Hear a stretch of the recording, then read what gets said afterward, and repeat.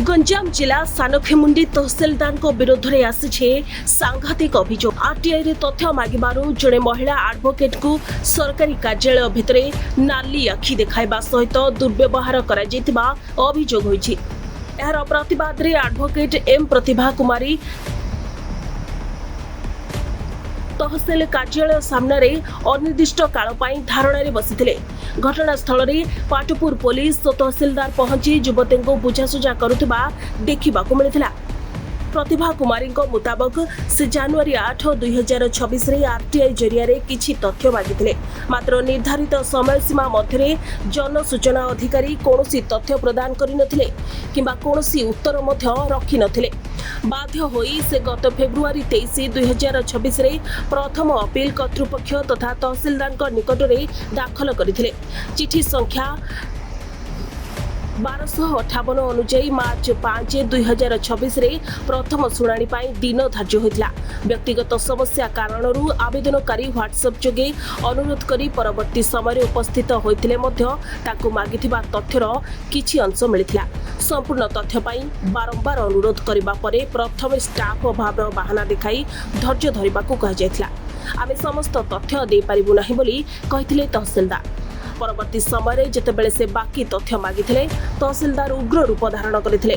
तेबे जड़े दायित्ववान मजिस्ट्रेट तथा वरिष्ठ सरकारी अधिकारी को एभली अपमानजनक व्यवहार तांको कार्यकलाप उपरे प्रश्नवाची सृष्टि करिछि बोली प्रतिभा प्रकाश करछन्ती। एने प्रशासन पक्षरु की पदक्षेप निया जाउछि ताहा उपरे सभिंक नजर रहिछि। प्रतिभा रेड्डी एडवोकेट। कोन हिछि मैडम आपण धारणा रे बसन तहसिल धारणा रे बसर कारण हला 8/1/26 रे मो गोटे आरटीआई फाइल करथिली, जोड़ा कि माने भूमि आवंटन होइतबा सरकार जमी विषय में मोइटी आरटीआई फाइल करथिली, जोड़ा कि सानखेमुंडी तहसिल जुरिडिक्शन रे आस्तबा एरिया रो। तो सूचना अधिकारी तांके प्रथम मते किछि भी रिप्लाई देलेनी। तापर फास्ट अपील जाइथिली, जोड़ा कि निजे तहसिल अधोद्रा रिप्लाई देथिले। से अधोद्रा रिप्लाई धरि कि मो तार बाबा आसीथिली। सार मते पचारथिल, सर मते जहां भी मो मागिछि क्वेश्चन तार मो 10% भी आपण मते रिप्लाई देना आंदी। तो सार ये इरिटेटरी टाइप रे कि मते कहले जे मो पाखे जेतिकी रिप्लाई अछि मो सेतिकी देबे आ बाकी दे पारिनी, तुम हाथ रे जा हबो तुमे ताहा करो।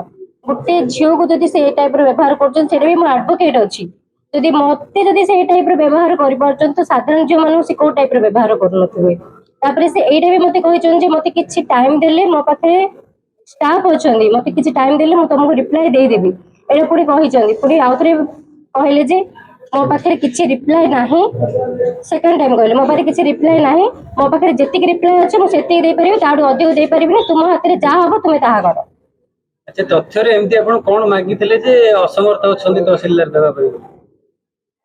हमर ए जुरिडिक्शन राष्ट्र किछि भूमि न आवंटन कर देथिबा सरकार जमी विषय रे मागिथिले। तथ्य न देबा पछरे कोन कारण बोली आपण भाबु?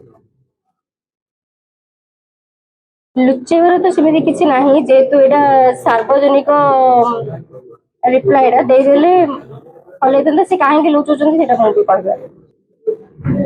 आपण सेकंड अपील जाई छी ए तो से मते टाइम देथिले, मते मो पाखरे स्टाफ अछि मो तुमको रिप्लाई दे देबे, मते किछि टाइम दियो। ताको मो 8 टाइम देथिली, 8 तारिख भीतर जदी रिप्लाई मते दउ ना आंदी ताले मो धारणा रे बसिबी।